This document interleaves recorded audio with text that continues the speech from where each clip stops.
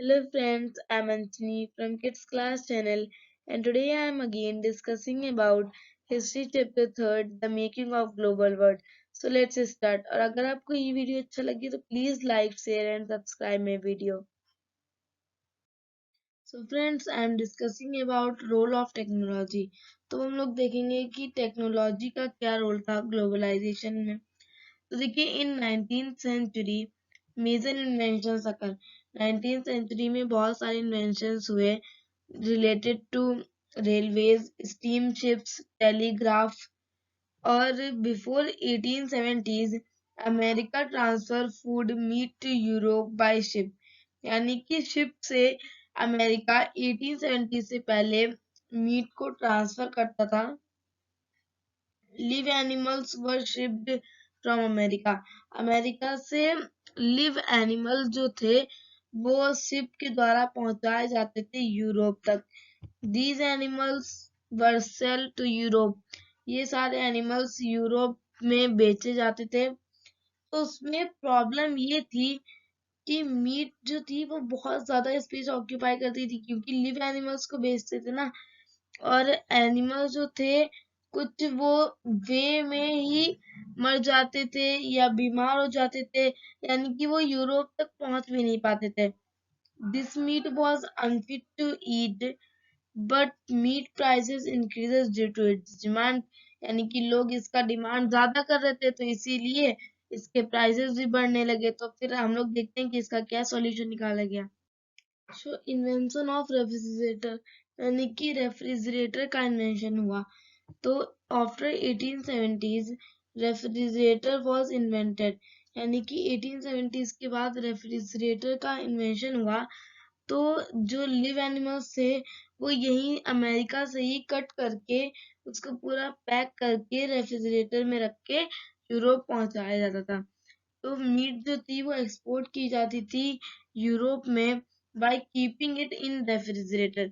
तो इसके एडवांटेजेस थे कि it become easy to carry. पहली बात तो ये इजी था कैरी करने में क्योंकि ये कम जगह लेता था.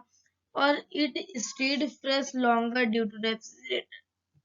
रेफ्रिजरेटर की वजह से बहुत दिनों तक ये सही बनी रहती थी, यानी कि इसमें कोई भी अनफिटनेस नहीं आती थी.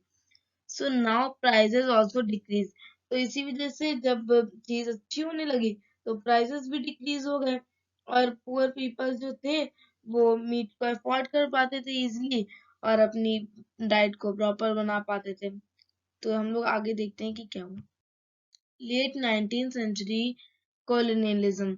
तो हम लोग देखेंगे कि लेट 19th सेंचुरी में कॉलोनियलिज्म कैसे आया. देखिए in this time trade was flourished. इस टाइम पे क्या होता कि ट्रेड फ्लरिश हो रहा था.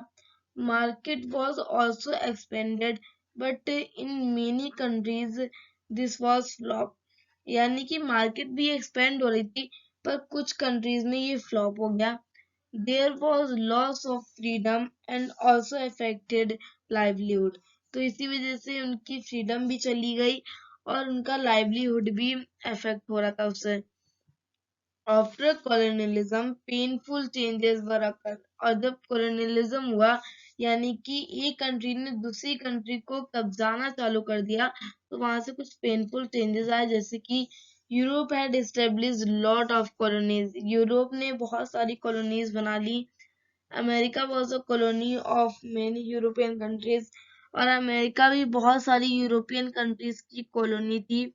So big European power met in Berlin for divide Africa in various European parts. तो यूरोपियन पावर्स एक जगह बर्लिन में इकट्ठा हुई जिससे कि अफ्रीका को बहुत सारी यूरोपियन पावर्स में डिवाइड कर दिया जाए. रिंडरपेस्ट और द कैटल पेस्ट. तो हम देखेंगे कि रिंडरपेस्ट कैसी बीमारी थी. तो देखिए इन पास्ट डेज पहले के दिनों में क्या हो रहा था कि अफ्रीका है ह्यूज कॉन्टिनेंट. अफ्रीका एक बहुत बड़ा कॉन्टिनेंट था और वो बहुत ज्यादा पॉपुलेटेड भी था. उसके पास बहुत सारे रिसोर्सेस थे, मिनरल्स भी थे जिसको उसने यूरोप से कंक्वेयर किया था. और यूरोपियन इसीलिए आए अफ्रीका में और वहां पे उन्होंने प्लांटेशन और माइंस एस्टेब्लिश करना चालू कर दी जिससे कि वो क्रॉप्स और मिनरल्स एक्सपोर्ट कर सकें यूरोप में। तो क्या हो रहा था कि अफ्रीका वाले काम नहीं करना चाहते थे, तो यूरोपियंस ने क्या किया कि बहुत सारे मेथड्स अपनाए जिससे कि वो अफ्रीकन्स को फोर्स करके उनसे वर्क करा सकें। यूरोपियन अडॉप्ट ब्रूटल रिप्रेशन, यानी कि यूरोपियंस ने ब्रूटल रिप्रेशन भी किया। They were imposed heavy taxes on only people who could be paid only by working people for wages on plantation field and mines. वो बहुत ज्यादा टैक्स ले रहे थे जो प्लांटेशन फील्ड और माइंस में वर्क करते थे उनसे। तो क्या होता, इनहेरिटेंस लॉज वर चेंज्ड, और जो पहले से लॉज थे उन्हें चेंज कर दिया और कहा कि किसी भी फैमिली में केवल एक पर्सन ही लैंड को ओन कर सकता है। Mine workers were not allowed to move freely, यानी कि जो माइन में वर्क करते थे वर्कर्स, उन्हें भी फ्रीली मूव करने का कोई भी परमिशन नहीं था। What happens during 1880? 1880s में देखिए क्या हुआ। डिसीज जो रिंडरपेस्ट कैटल प्लस नाम की थी वो 1880s में आ गई थी। तो देखिए, it was carried by infected cattle imported from British Asia to feed the Italian soldiers, यानी कि इटालियन सोल्जर्स को फीड कराने के लिए ब्रिटिश एशिया से जो कैटल्स मंगाई जाती थी वो इन्फेक्टेड थी। तो देखिए, Italian soldiers attack by infected kettles on Africa, Italian soldiers ने अटैक कर दिया इन्फेक्टेड कैटल्स की हेल्प से अफ्रीका पे, और rinderpest spread in Africa like forest fire, और अफ्रीका में भी वो बहुत ज्यादा फैल गया जैसे कि फॉरेस्ट में फायर फैल जाती है। 90% population of cattle were wiped out, यानी कि 90% पॉपुलेशन जो कैटल की थी वो गायब हो गई बिल्कुल। So Africans livelihood were destroyed, Africans का जो लाइवलीहुड था वो डिस्ट्रॉयड हो गया। Africans left with no choice but to work in plantation and mines. तो अफ्रीकन्स को अब प्लांटेशन और माइंस में वर्क करने के अलावा कोई भी ऑप्शन नहीं था उनके पास। Indentured labour migration from India, India से जो इंडेंचर्ड लेबर थे वो माइग्रेट कर रहे थे। देखिए, इंडेंचर्ड लेबर यानी कि बॉन्डेड लेबर। तो देखिए, in 19th century why they were migrated, cottage industries were declined, यानी कि कॉटेज इंडस्ट्रीज जो थी वो डिक्लाइन हो गई, और लैंड्स रेंट्स वर रोज, यानी कि लैंड के जो रेंट्स थे वो बहुत ज्यादा बढ़ गए। Land were cleared for mines and plantation, क्योंकि लैंड जो थी वो क्लियर करी जानी थी माइंस और कल्टीवेशन के लिए। सो दे फेल्ड टू पे देयर रेंट एंड डेब्ट, तो ये अपना रेंट और उधार चुकाने में बहुत ज्यादा फेलियर महसूस कर रहे थे। Bonded labour in Assam India, तो हम लोग देखेंगे कि इंडिया में असम में कैसे बॉन्डेड लेबर आए। तो देखिए, bonded labour work in tea plantation field इन असम, असम में टी प्लांटेशन की वजह से बॉन्डेड लेबर्स वर्क करते थे।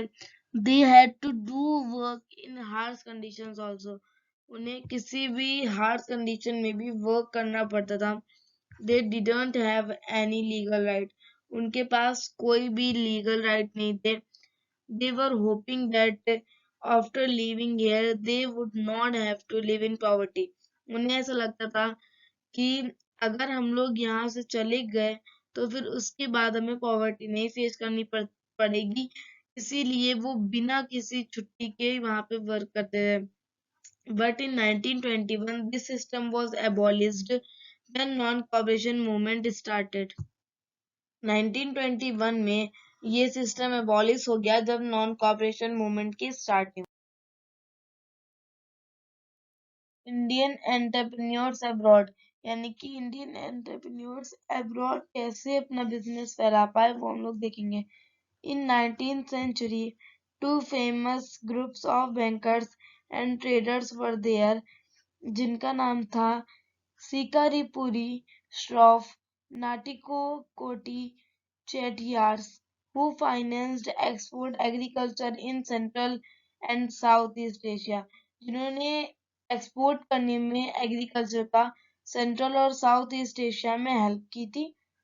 और Indian entrepreneurs were taken money from European banks and give to small farmers. Indian entrepreneurs जो थे वो यूरोपियन बैंक से लोन लेके स्मॉल फार्मर्स को देते थे। और दूसरी जो थी बैंक वो थी Hyderabadi Sindhis were Indian traders and money lenders. During 1860s, they follow European countries for trade. तो यूरोपियन कंट्रीज को भी ये ट्रेड के लिए फॉलो करने लगे और they established godowns at different sea ports. और डिफरेंट सी पोर्ट्स पे वो अपने गोडाउन्स एस्टेब्लिश करने लगे, यानी कि डिफरेंट कंपनी जो थी वो इंडिया में अपनी कंपनी एस्टेब्लिश करने लगी, जैसे कि ईस्ट इंडिया कंपनी। सो अब हमारा चैप्टर ये फिनिश होता है।